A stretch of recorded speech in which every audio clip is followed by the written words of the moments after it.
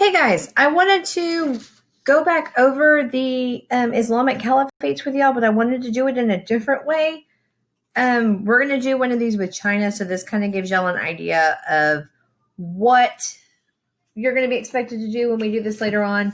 So I just wanted to kind of show y'all how they are keeping some of the traditions of their predecessors, the Persians, and some of the things that they're changing. Okay, so this is what I call an empire model. So everything that's already on here are things that the Persians did as far as their government goes. And we're going to look at how this has changed over time when the Umayyads and the Abbasids came into the region. Okay, so we have the Umayyad and the Abbasid, Abbasid, tomato.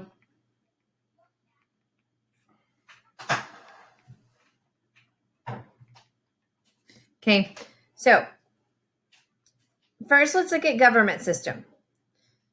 Okay, where the Persians had an empire, they're going to adopt the same concept of an empire. We're just going to go change a whole bunch of names.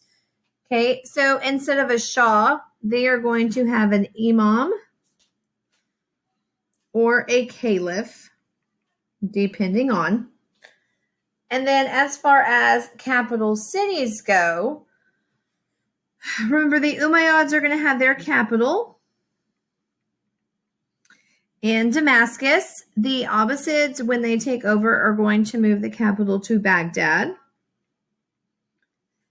And then over in Spain, so we know these are all different. Over in Spain, we are going to have the capital of Cordoba. Okay. So these are your basic capital cities for the Umayyads and the Abbasids. So as far as the government structure itself, we talked about them having a bureaucracy so that they can officially run everything. So what they are going to do is they are going to have regional governments and that are going to be run by an elite governor.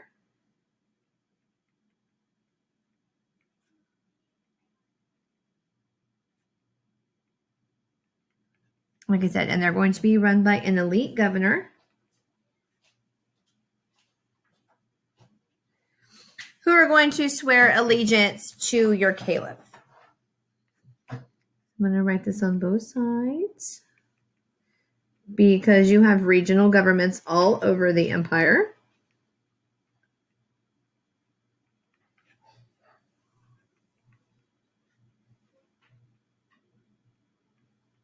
Okay. There were some things that the Persians had that the Abbasids and the Umayyads are not going to use. So they're not going to use spies. We're past that. Not going to use spies. Okay, so coming up here on the top, one of the things that they're going to make sure that they keep are the qanats, okay, which are the underground irrigation systems. They are also going to use water wheels out in the desert to help move water from one place to another, right? Because we're in the desert, okay? Another thing that they're going to do, because they have empires around them that they don't necessarily get along with, in particular, are the Byzantines.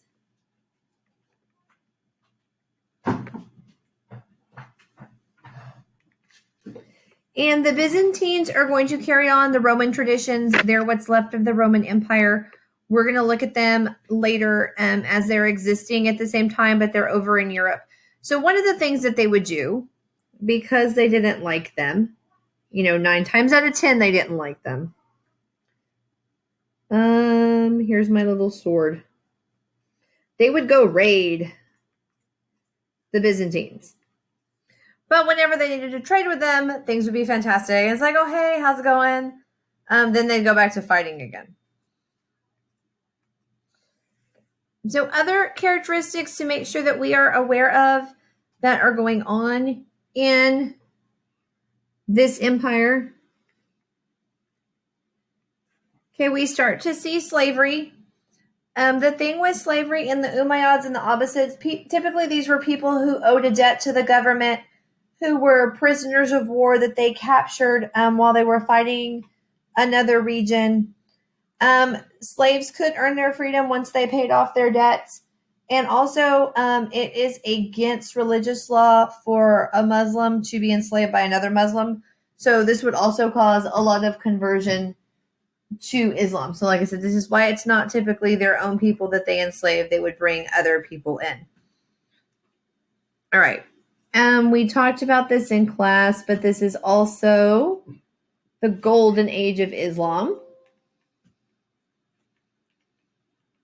Right. So, like, we have the Baghdad House of Wisdom. We have all these people coming in and studying science, architecture. We're preserving the works of the Greeks and the Romans, that kind of thing.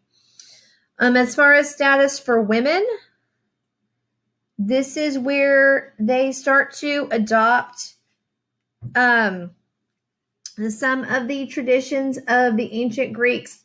Persians used to do this. We're going to see it again in the Byzantine Empire. And this is the veiling of women as kind of a symbol of patriarchy. Moving down here, the Persians built what was called the royal road system, which, well, my road didn't go all the way across, which is what they used to communicate across their empire. They had things called caravanserais, which were like little inns and hotels that you could stay at and get fresh horses and rest and food. So they're going to keep these, which are all over the road system. They're not going to call it the royal roads anymore because that's a Persian thing, but they are going to make sure that the roads stay preserved. Okay, they're still going to use a postal system so that they can send messages back and forth across their empire. Roads are always good for movement of troops, goods, ideas. So, like, this is always fantastic for trade and helps make trade more efficient. And then one of the things that the emperors liked, because they are in the desert, but there are mountains in the desert. And up on the mountains, if you go up high enough, there is snow and ice. So they would actually like have ice brought in from the mountains along these roads so that they can use them to cool off their drinks. So ice was a thing in the 700s. Okay, they do want to make sure that they have standard laws and currency. This is just typical for any empire because you want to make sure that everyone uses the same kind of money and that laws are the same no matter where you go. But remember, because trade was so important during these empires, they're going to develop banks. And that's supposed to be a $sign. That came out pretty bad. Okay, then they're also going to develop the concept of checks and credit. That way you're not having to take your money with you when you go trade. Okay, the official religion of these empires, so the Persian religion used to be Zoroastrianism. You still have some people who are going to practice that religion in the region, but the official religion of the Umayyads and the Abbasids, okay, is going to be Islam. Remember, they are religiously tolerant, so that's something that's staying the same. That's what we call a continuity. You do have the religious tax that you had to pay if you did not convert to Islam, unless you were a Jew or a Christian, who are called people of the book. Okay, so they did not have to pay the religious tax. Oh, and then down here for trade, something else that we need to make sure that we know about. Please forgive my drawings because, you know, that's just how my drawings are. Because they are in a desert environment. 1, 2, 3, 4. Okay, we use camels. It's not the world's best camel, but you'll get the idea.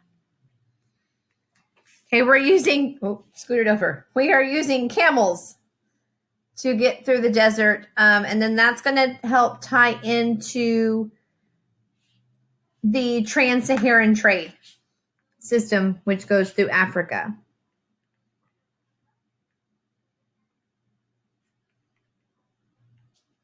Okay. All right. Eventually, all empires are going to fall because we have outside forces trying to come in and invade our empire. So the different groups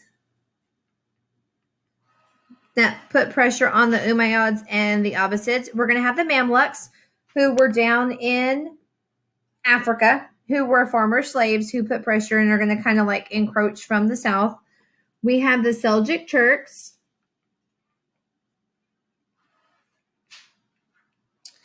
who are going to come in and end up ruling the empire pretty much, even though we're keeping the Abbasid name.